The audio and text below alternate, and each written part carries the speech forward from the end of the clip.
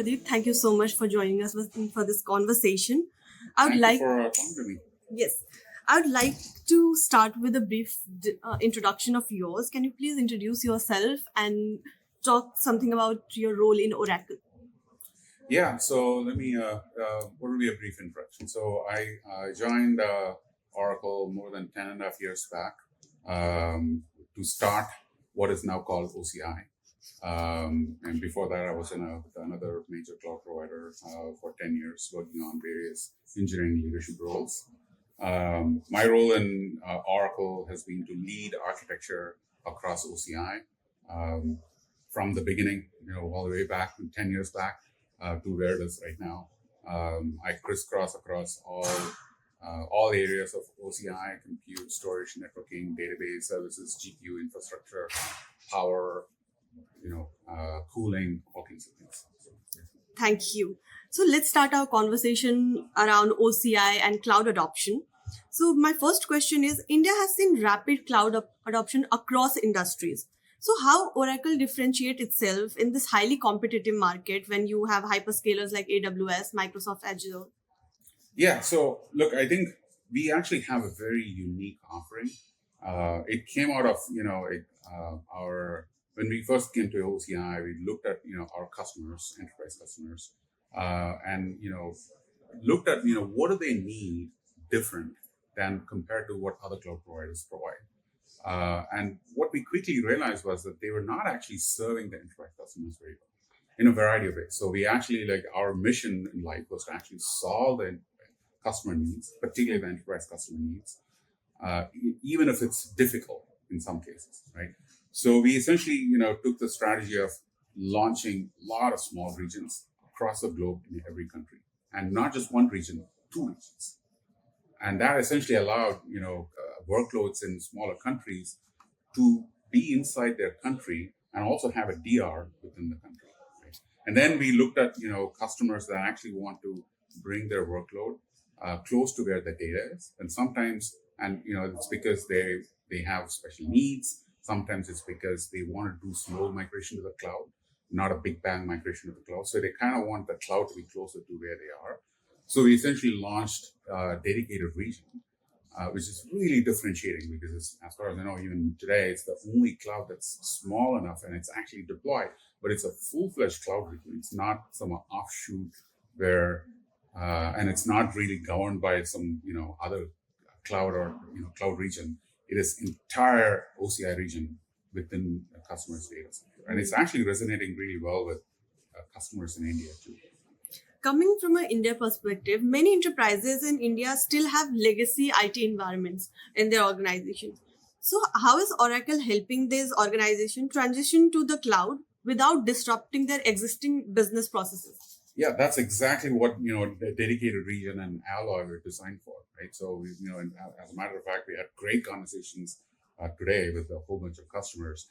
They essentially have, for regulatory requirements and sometimes, difficulty of, migration driven requirements to essentially bring cloud very close to where they are, right? So, and that could be because, their database is actually somewhere, the application is some custom code maybe, and it's hard to migrate. So they want to migrate part of it, right? And it's really hard. And that's actually one of the reasons, less than 50% of the workload is actually in the cloud today. It's because of that reason, right? So, dedicated region was literally designed to attack that, to solve that customer problem. So, we are looking to partnering with, a whole bunch of customers in India. And we already done that with, Bangladesh, in Japan with NRI, with Vodafone in Europe, to essentially launch a whole bunch of dedicated regions for them that's close to their on-prem environment. And that actually has played a huge role in them, moving difficult to move enterprise applications to the cloud. Right. Coming to Oracle Supercluster, it is a powerful infrastructure with over 131,000 GPUs. There are two questions aligned with this. First thing, isn't it very cost heavy for the organization? Second is, how are you tackling challenges like GPU shortage and AI model scaling within OCI? The first one, is it expensive for the organization? Yes. Yeah. So look, I think the expectation And I totally believe it, and I can see the trend lines where it is a capital heavy industry, if you will, but the return on investment is also fantastic, right? So I think that's really the crux of it. As you can see with the developments that's happening in the inferencing world, the cost of inference is going down. You see massive advancements in the algorithms that's making it cheaper to train and to inference. The DeepSeek essentially is the showcase of that, right? Like, so the algorithms are advancing quite a bit. But at the end of the day, it's essentially about, is there value to the customers? Are they able to monetize that? Are they able to provide value to their end customers? And we actually see that internally as well with our SaaS applications. We have been doing a lot of GenAI features, and we're seeing, really resonating with customers because it improves their productivity. So we are happy to spend money for that as well. GPU shortage, and it comes and goes. There was a period, I would say, there was a GPU shortage. I wouldn't say there's GPU shortage at this point. It is expensive, but I wouldn't say if customers want it, we are able to procure and host it for them. So I wouldn't say there's a significant shortage. There is, I think there's opportunity. I wouldn't call it shortage. Opportunity to create more compelling hardware platforms, particularly low-cost hardware platforms, and we are working with a number of industry partners on that as well, on top of NVIDIA, right, which is obviously a key partner. Pradeep, there is a major push towards multi-cloud adoption. Yeah. How does Oracle position itself in the multi-cloud world, as every enterprise has a multiple providers for their different workloads? Yeah, look, I think, honestly, I think we have been leading the charge in the industry around multi-cloud, right? Like, so we've been talking to our other cloud providers for years. Initially, there was not a lot of interest. There was some interest later on. But, I think the way I look at it is, it's a challenging thing for other cloud providers to essentially build the bridges, if you will, because there is some, strategic advantage to having a walled garden approach. But at the end of the day, I want to say customers will, right? And we saw that very early on. Customers were very clear. They want to use multiple clouds and they want them to work well together. So, we led the charge in convincing, cloud providers, starting with Microsoft and Google and then subsequently AWS, to essentially partner with us to build the bridges so that they can actually use multiple services from different clouds and have those seamlessly work together, right? Kind of integration we have done with our, Oracle database at Azure, AWS, and GCP service. You would not find that anywhere else. We've done network integration. We put OCI in, say, their data center and connect the networks directly, so it's very low latency, high bandwidth. We've done, identity integration, billing integration, metering integration, monitoring, logging. So somebody, let's say, imagine they are actually an Azure customer and they want to use OCI database service. They just launch it and then they manage it as if it's part of Azure infrastructure, right? That is very unique in the market. One of the keynote that were delivered this morning, we attended it, and there was a mention that Oracle increased its AI investment by 80% last year. So what are Oracle's new investment plans for India, specifically for India, regarding AI, research and development, and cloud data centers? Yeah, look, I think, we view this as a fantastic market. There's been a lot of really great conversations, right?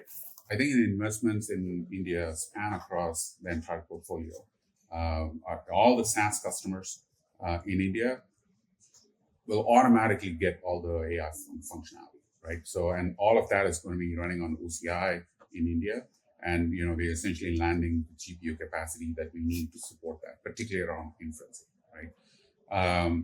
And then, there's a lot of energy around dedicated region in the context of AI as well, right? Because, customers who want dedicated regions, they look for certain aspects around security, data residency, data sovereignty, all of that, they want that along with the AI capability. So, our dedicated region is, entirely equipped to handle any OCI service, including GPU infrastructure and our AI services. So, all of that comes along with it. My another question is around startups and SMEs.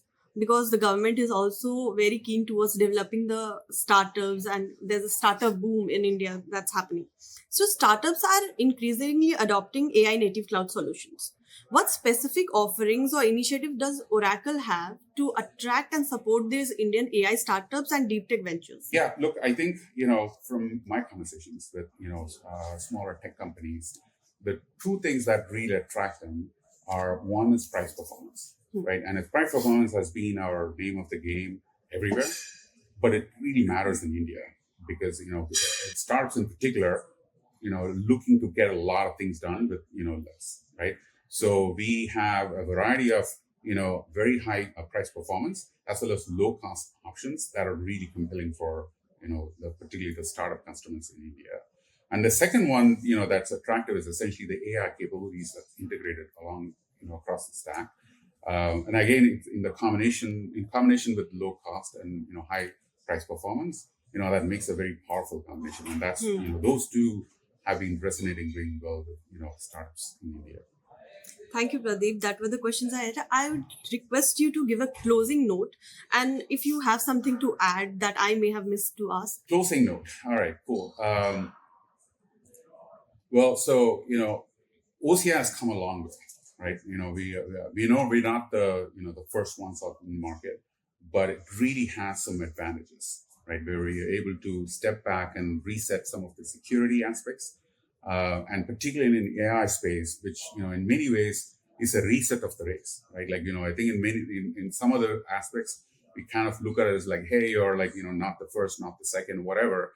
But in the AI space, it's like, it's pretty much to reset the race, where the fact that we have a fresh approach to security, to, the way we take the regions directly to the customer, in conjunction with the AI, is turning out to be a very powerful combination for customers. So we are really looking forward to working with, many customers in India and taking them through their enterprise transformation journey.